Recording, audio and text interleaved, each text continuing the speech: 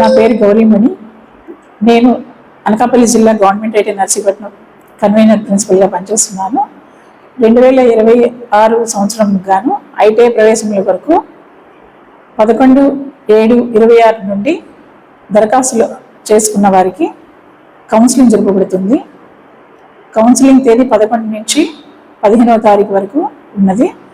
వివిధ జీపీఏల వాళ్ళకి ర్యాంక్స్ ప్రకారంగా ఎస్ఎంఎస్లు పంపించడం జరిగింది.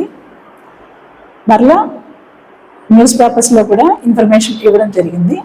వారి వారి జీపీఏ ప్రకారం ఆయా తేదీల్లో వాళ్ళు అటెండ్ అయ్యి ఈ అన్ని జిల్లాలోని ఐటీఐ సీట్స్లో వివిధ ట్రేడ్ల్లో గల సీట్స్లో రిజర్వేషన్ ప్రకారంగా వారికి ఇవ్వడం జరుగుతుంది. వారందరూ వారి వారి రిజర్వేషన్ ప్రకారంగా ఉన్న సర్టిఫికెట్స్ అన్నీ కూడా ఒరిజినల్స్తో సహా రావాల్సి ఉంది.